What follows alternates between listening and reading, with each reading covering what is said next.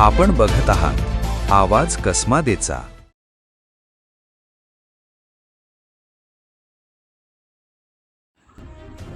मालेगाव शहरात बकरी ईद निमित्त झालेल्या कुर्बानी दरम्यान अवैध कत्तलीचा गंभीर प्रकार समोर आलाय। शहरातील काही भागात रस्त्यावर जनावरांची कत्तल करण्यात आल्याचा आरोप होत असून गटारांमधून रक्तमिश्रित पाणी थेट मोसम नदीत सोडण्यात आल्यानं नदीचं पाणी लालसर झाल्याचं दृश्य गुरुवारी समोर आले। या प्रकारामुळे नागरिकांमध्ये संतापाची लाट उसळली आहे। रस्त्यावर अवैध कत्तल रोखण्यासाठी प्रशासनानं 24 तास ड्रोन कॅमेऱ्यांची नजर, पोलीस बंदोबस्त आणि नियम तोडणाऱ्यांवर कठोर कारवाई अशा घोषणा केल्या होत्या। मात्र प्रत्यक्षात मोसम नदी पात्रात रक्तमिश्रित पाणी वाहताना दिसल्यानं प्रशासनाच्या उपाययोजनांवर प्रश्नचिन्ह उपस्थित झाले। या घटनेनंतर सार्वजनिक नागरी सुविधा समितीचे अध्यक्ष रामदास बोरसे यांनी प्रशासनाविरोधात पुन्हा आंदोलन छेडले।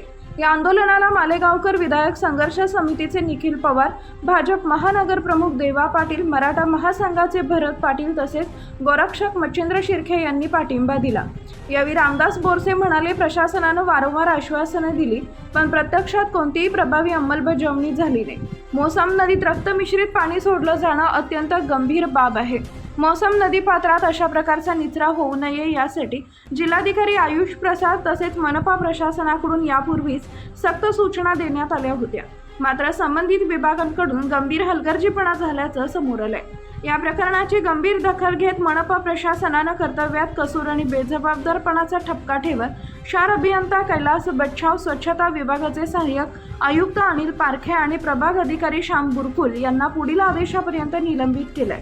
तसेच त्यांच्या विरोधात विभागीय चौकशी प्रस्तावित करण्यात आली आहे। बकरी ईदच्या पार्श्वभूमीवर प्रशासनानं केलेल्या दाव्यांची पोलखोल झाल्याची चर्चा शहरात सुरू असून मोसम नदी प्रदूषण प्रकरणामुळे मनपा प्रशासन पुन्हा एकदा टीकेच्या केंद्रस्थानी आलंय। पूजेला सुद्धा बंदी। अरे आम्ही जगायचं का मरायचं, काय करायचं, आम्ही गाव सोडून जायचं का? आमच्यावरती दबाव का? पालिका प्रशासन इथे पहा रक्त येऊ राहिलं तिकडून। मी खोटं नाही बोलत, हे रक्त परत मोसम मध्ये जाऊ राहिलं। रस्त्यावर कत्तल झालं नाही साहेब, विनंती आहे माझी। नाही तुम्ही असे खेळ चालू, माझं जीवन जाऊ देवा। आम्ही सगळे समाज, आम्ही दोघांसाठी करतो, दोघं समाजासाठी विकास। हे सर्व दोघं समाज पाणी पितंय, हे पाणी दोघं समाज पितंय। आलंच का?